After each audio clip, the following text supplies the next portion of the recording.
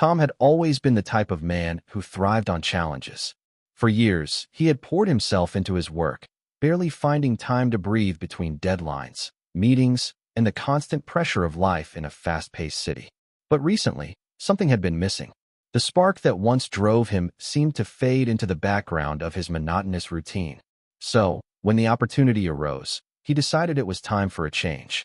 A solo hiking trip to the rugged peaks of the Rockies would be the perfect escape, an adventure to rediscover the thrill of life.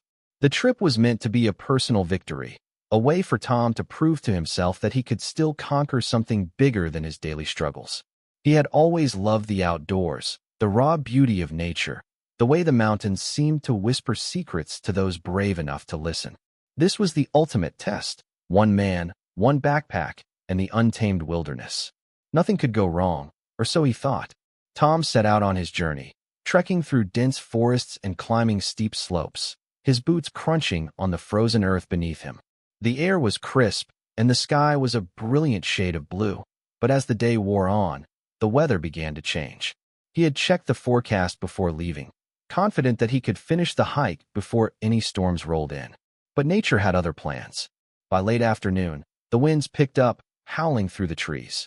A chill settled over the land, and the sky grew darker with every passing hour. Tom tried to keep his pace steady, pushing himself harder, hoping to reach his destination before the storm hit. But the weather was relentless, and soon, the snow started to fall. At first, it was just a few flurries, harmless enough. But within minutes, the light dusting turned into a blizzard, the snow thickening as the winds intensified. The trail was no longer visible. The biting cold stung his face, and his visibility was reduced to mere feet. Tom tried to find shelter, but there was nowhere to hide. The mountains were unforgiving, and his small frame was no match for the mighty storm that had trapped him in its icy grip. He stumbled forward, every step a battle against the freezing winds that cut through his clothes like knives. Hours passed, but the storm showed no signs of letting up. Tom's legs began to feel like lead, his breath coming in shallow gasps as he struggled to stay upright. His fingers were numb, and his face burned with the cold. The weight of the snow on his backpack made each step harder, and he knew he couldn't keep this up much longer. Desperation began to creep in. With no phone signal and no way of knowing how far he had wandered off the trail, Tom realized the full extent of the danger he was in. He couldn't see a thing. The world had turned into a blur of white, the wind howling like a freight train in his ears. Panic started to settle in, but Tom fought it back, clinging to the survival instincts he had learned in his younger years. He knew he couldn't afford to let fear control him. Not now. Tom found a small outcropping of rocks and tried to take shelter there, huddling in the space as the storm raged outside. He wrapped his arms around his body, doing everything he could to keep warm. But the cold was relentless, and no matter how hard he tried to close his eyes and rest, the biting winds kept him alert. The snow continued to pile up around him, and he knew that if he didn't find a way to get out of this, he might not survive the night. His mind raced. Should he wait until morning? The storm might pass, but how long could he survive without food or proper warmth? Or should he try to push through, hoping to find safety before the situation grew any worse? He had no way of knowing which direction to go, and the thought of stumbling blindly into the unknown was terrifying. As the hours dragged on, Tom realized just how fragile life could be. He had always considered himself invincible, capable of handling any challenge that came his way. But now, with the wind howling and the snow piling up around him, he understood that nature didn't care about his ego. Out here, it was just him against the elements, and the odds didn't seem to be in his favor. The hours bled into each other as the storm continued to rage. Exhaustion set in, and Tom felt his body growing weaker by the minute. The cold seeped into his bones, and his mind began to cloud with the pain. He could feel himself slipping, but he refused to give in. He couldn't, not after everything he had been through. Finally, after what felt like an eternity, the storm began to ease. The winds died down, and the snow turned from a blinding blizzard to a gentle flurry. Tom was still alive, but barely. He knew he couldn't stay there much longer. He had to find his way back, or else he might never make it out of this wilderness. The harsh reality of his situation hit him like a ton of bricks. Tom had survived, but the journey wasn't over yet, and the hardest part was yet to come. After days of battling the relentless storm and the bitter cold, Tom finally managed to find his way back home. Exhausted, every muscle in his body sore from the physical and mental toll of his journey, he trudged along the familiar path to his house. His mind was clouded with worries about Sarah. The last few days had been an unbearable test of survival, and now, all he wanted was to return to her, to hear her voice, to find comfort in the arms of the woman he loved. But as he approached the door of their home, something felt off. The house was quiet, unnaturally so. He expected to hear Sarah's voice, or perhaps the soft hum of the television in the living room. Instead, there was silence. He stepped inside, careful not to make too much noise, still unsure of how to approach her after being away for so long. But when he reached the kitchen, he stopped in his tracks. Through the slightly cracked door, he could hear Sarah's voice, laced with a tone he'd never heard before, harsh and cold, mixed with the sound of Maggie, her older sister. The words sent a chill down his spine, colder than the storm he had just survived. Maggie, he'll never make it back, not after the storm. It was too brutal out there.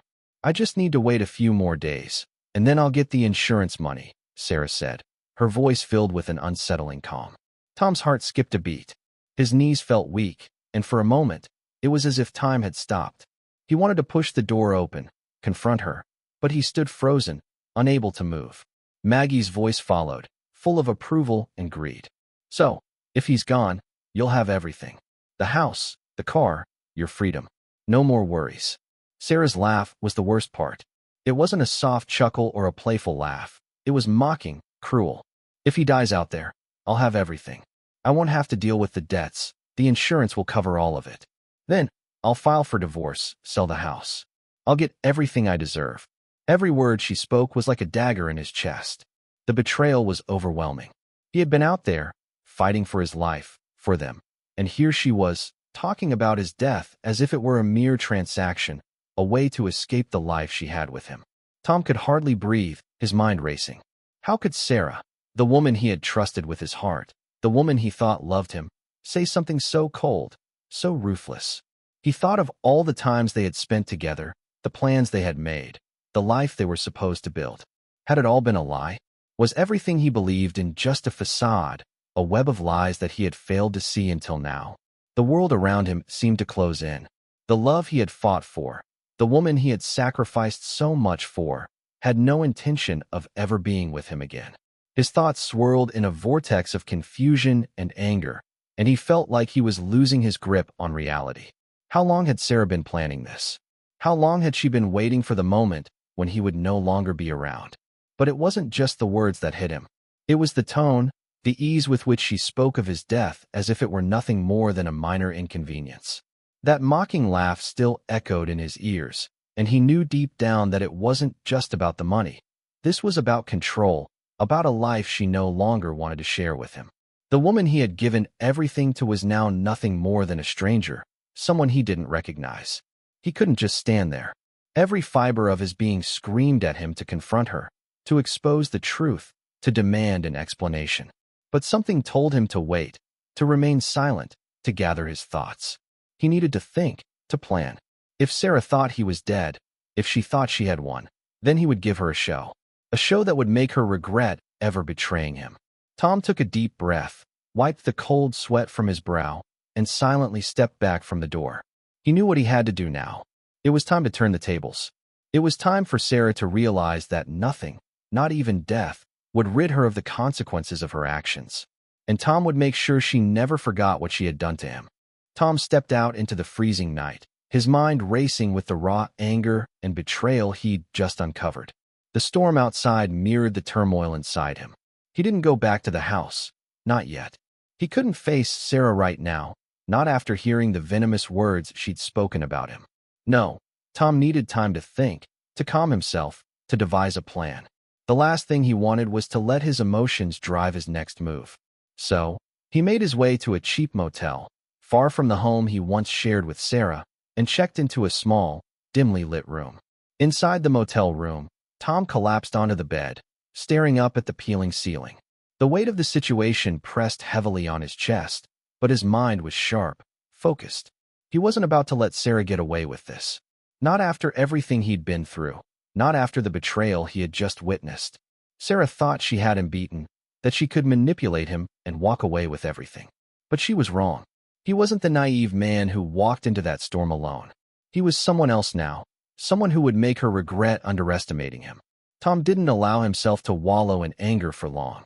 Instead, he began to strategize. He knew that to win, he had to be smart, calm, calculated. The first step was to gather proof of everything Sarah had done. He couldn't just walk into court with accusations and emotions. He needed hard evidence, and he knew exactly where to start. He spent hours combing through his and Sarah's financial documents, searching for any signs of the insurance policy Sarah had been so eager to cash in on. He found them, hidden deep in a drawer where Sarah thought he would never look. Tom grinned bitterly. She had underestimated him again. There it was, clear as day. The life insurance policy, the beneficiaries listed, and most disturbingly, the terms and conditions that would pay out a huge sum in the event of his death.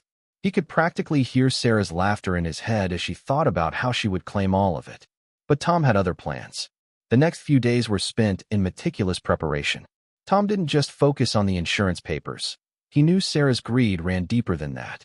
He started researching their property deeds, car titles, anything that could tie her financial ambitions to her actions.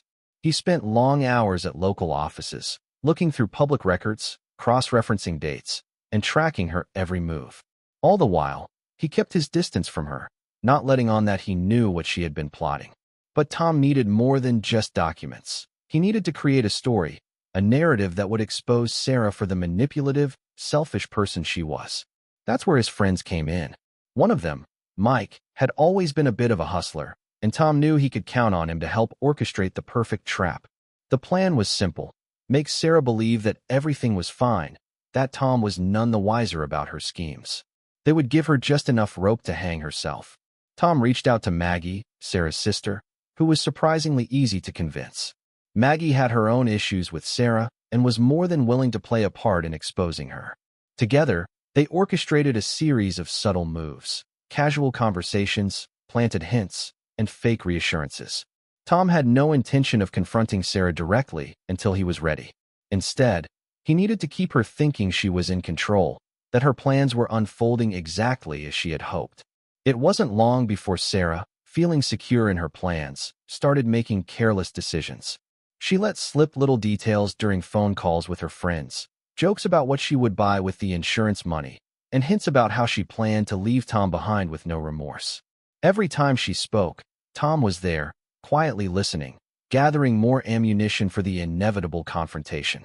Meanwhile, Tom continued to stay in the shadows, observing and collecting information. He kept in contact with Maggie, using her as an inside source. It became a game of cat and mouse, Sarah thinking she was winning, while Tom worked tirelessly to piece together the truth. Every conversation, every slip of the tongue, every new piece of evidence was like a small victory for him. Sarah was playing right into his hands, and she didn't even know it. As the days passed, Tom felt his resolve growing stronger. He had the proof he needed, the plan was set, and all that was left was for him to strike. He knew that once he confronted Sarah, there would be no turning back. He couldn't afford to show any weakness, not after everything she had done. He would expose her lies, her greed, and her betrayal to the world, and in doing so, he would take back control of his life. But Tom wasn't the type to lash out recklessly. He wasn't going to storm into the house, demanding an explanation. No, he would be patient. He would wait for the perfect moment to reveal the truth. When Sarah least expected it, when she thought she had already won, he would strike. The look on her face when she realized what he had been up to would be priceless. Tom wasn't just planning to end the marriage. He was planning to dismantle Sarah's life. He would expose her for the liar and manipulator she was, and he would make sure that no one would ever trust her again.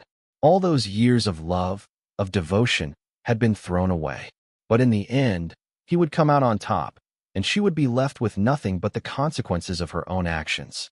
As Tom sat in the dim motel room, staring at the pile of evidence in front of him, he couldn't help but feel a sense of satisfaction. This wasn't just about revenge. It was about reclaiming his life, his dignity, and his future.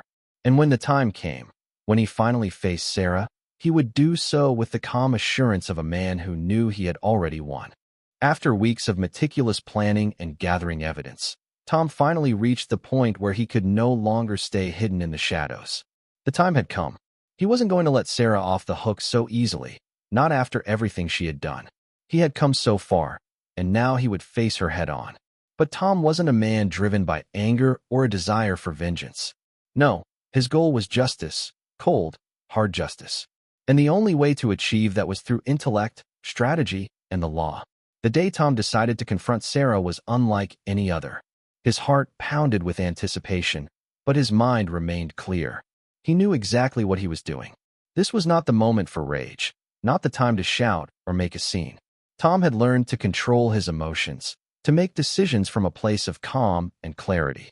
He had been through the worst, and now he was ready to fight for what he had worked for, what he deserved.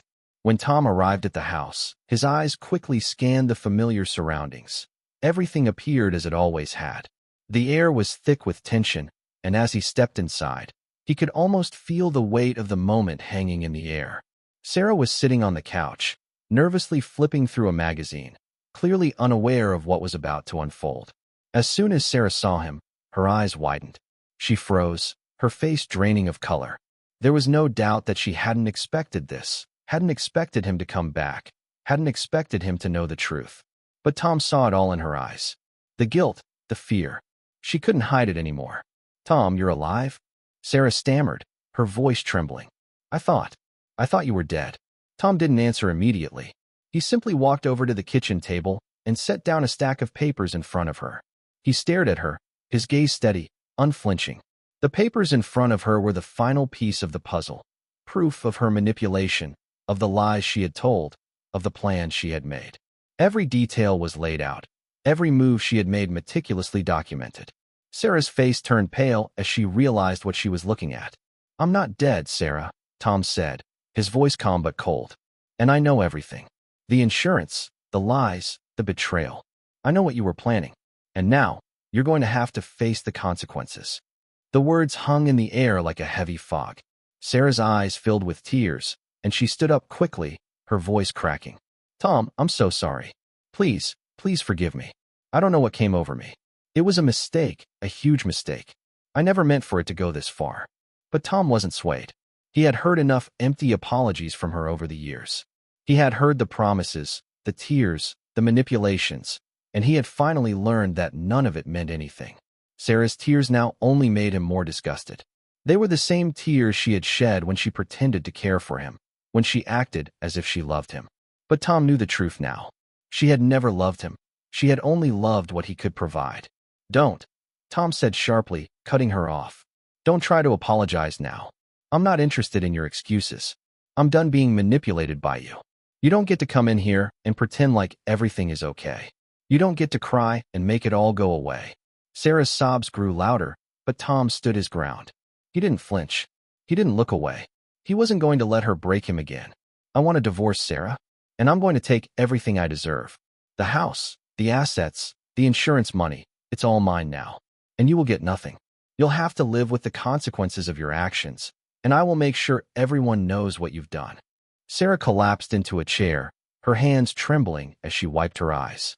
"Please, Tom, don't do this. I know I've messed up. I've made horrible mistakes, but I love you. I do. I never meant for it to go this far. Please, don't leave me.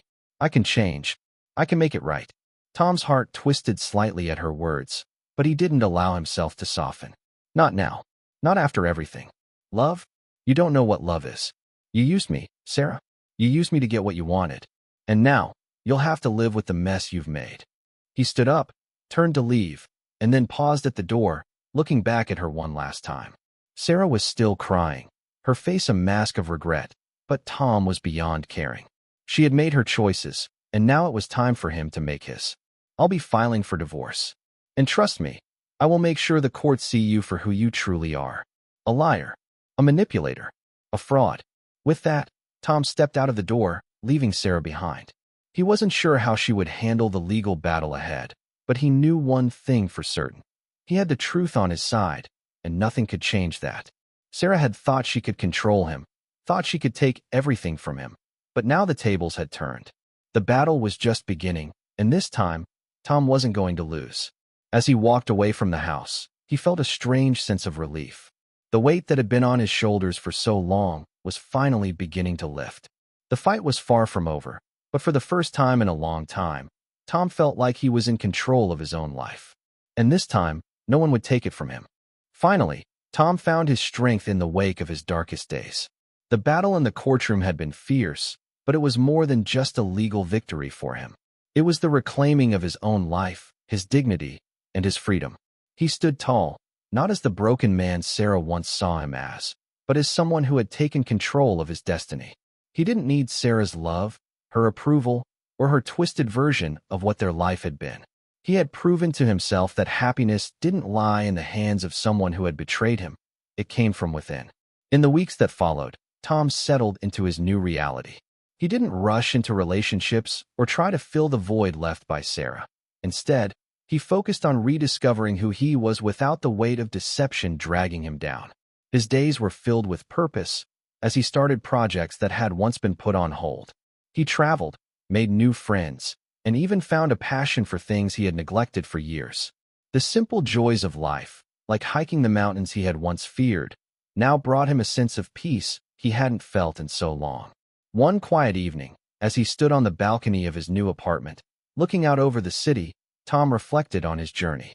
The man who had once been weak, lost in a marriage that had drained him, was now strong, independent, and ready to face whatever came next. He knew the road ahead wouldn't always be smooth, but for the first time in years, he felt in control. He thought back to the storm, the blizzard that had isolated him from the world, and how it had changed him. Without the crushing weight of his old life, he had been forced to confront himself, his weaknesses, his strengths, and ultimately, his capacity to survive. The snow had been his test, and it had forged him into someone unbreakable. Tom took a deep breath, the cool evening air filling his lungs. "Thank you, snowstorm," he whispered to himself, a small, knowing smile curling on his lips. "You gave me the chance to wake up. I'll never be the weak man I was for her again." And with that, he stepped away from the balcony, closing the door behind him with a sense of finality. Tom was no longer bound by the past. He was free to live on his terms, and he would never let anyone take that away from him again.